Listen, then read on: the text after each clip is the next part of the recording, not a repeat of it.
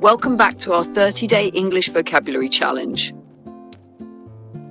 This is day 3, and today we're learning 30 everyday English words that people use in the kitchen. By the end of this video, you'll be able to describe what you're doing while you're cooking and understand recipes much more easily. Ready? Let's get started.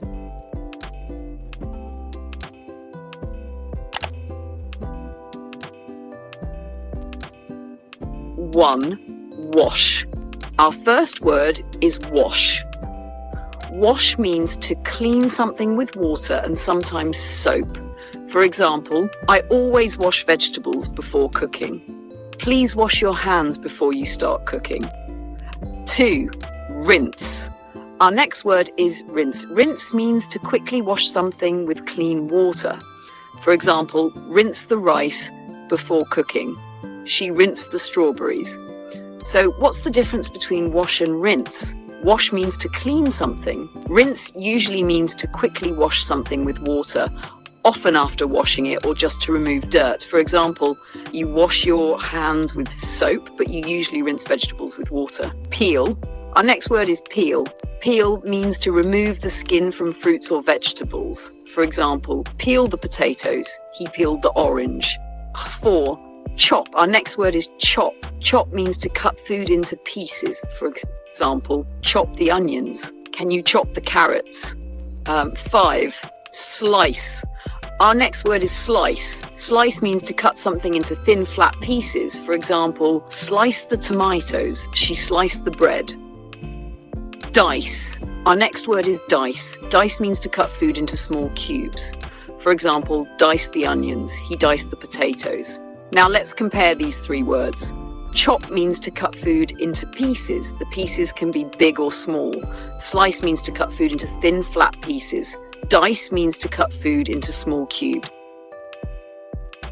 Crack. Our next word is crack. Crack means to break something, especially an egg, so you can open it. For example, crack 2 eggs into a bowl. Be careful not to get any shell in the eggs. 8. Our next word is beat. Beat means to mix something quickly, usually eggs, with a fork or a whisk. For example, beat the eggs for 2 minutes. Beat the mixture until it's smooth. Mix. Our next word is mix. Mix means to combine 2 or more ingredients together. For example, mix the flour and sugar. Mix everything well. 10, stir. Our next word is stir. Stir means to move a spoon or another utensil around to combine ingredients or keep them moving. For example, stir the soup. Stir the sauce until it's smooth. So what's the difference between mix and stir? They're very similar, and sometimes native speakers use them in similar situations. But in general, mix is used when you're combining ingredients together. Stir is used when you move a spoon around, especially while something is cooking. For example, you mix the cake batter before baking it, but you stir the soup while it's cooking. Pour. Our next word is pour. Pour means to make a liquid flow from one container into another. For example, pour the milk into the bowl. She poured some water into the glass. Add. Add means to put something into something else. For example, add a little salt. Add the eggs to the mixture. 13, sprinkle. Our next word is sprinkle. Sprinkle means to add a small amount of something over the top of food. For example, sprinkle some cheese on the pizza. Sprinkle a little black pepper on the salad. What's the difference between add and sprinkle? Add is a general word. You can add almost anything. Sprinkle is more specific. It means putting a small amount of something over the top, usually little by little. So you can add salt to the soup, but you usually sprinkle cheese on a pizza.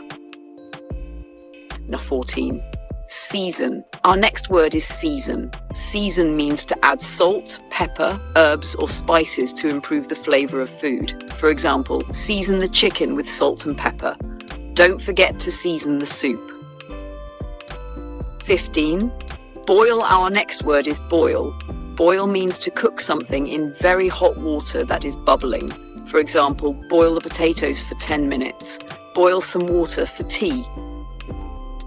Our next word is simmer. Simmer means to cook something gently in hot liquid, just below boiling. For example, let the soup simmer for 20 minutes. The sauce is simmering. So what's the difference between boil and simmer? Boil means the liquid is bubbling strongly over high heat. Simmer means the liquid is bubbling gently over low heat. Many recipes say bring it to a boil, then let it simmer. Our next word is fry. Fry means to cook food in hot oil or butter. For example, fry the onions until they're soft. We're frying eggs for breakfast. 18. Bake. Our next word is bake. Bake means to cook food in an oven using dry heat. For example, bake the cake for 30 minutes. My grandmother loves to bake cookies. Roast. Our next word is roast. Roast means to cook food in the oven, especially meat or vegetable. For example, we're roasting a chicken. Roast the potatoes until they're golden. 20. Grill. Our next word is grill. Grill means to cook food over direct heat. For example, we grilled some burgers. I love grilled vegetables. Now let's compare these three words. All three are ways of cooking food, but they're used differently. Bake is usually used for bread, cakes, cookies, and other baked foods. Roast is commonly used for meat and vegetables. Grill means cooking food over direct heat, like on a barbecue or a grill. Sometimes the same food can be roasted or grilled. It just depends on how it's cooked. 21. Steam. Our next word is steam. Steam means to cook food using hot steam instead of putting it directly in water, for example. Steam the vegetables for 5 minutes. I like steamed broccoli. 22. Melt. Our next word is melt. Melt means to become liquid because of heat. For example, the butter is melting. Melt the chocolate before you add it. 23. Burn. Our next word is burn. Burn means to cook something too much so it becomes too dark or damaged. For example, be careful not to burn the toast. I burned the chicken. So what's the difference between melt and burn? These words are very different. Melt means something becomes liquid because of heat. Burn means food is cooked too much and is no longer good. Butter melts. Toast can burn. Taste. Our next word is taste. Taste means to try a small amount of food to see how it tastes. For example, taste the soup before serving it. Can you taste the sauce and tell me if it needs more salt? 25. Serve. Our next word is serve. Serve means to give food to someone or put it on the table so people can eat it. For example, dinner is ready to serve.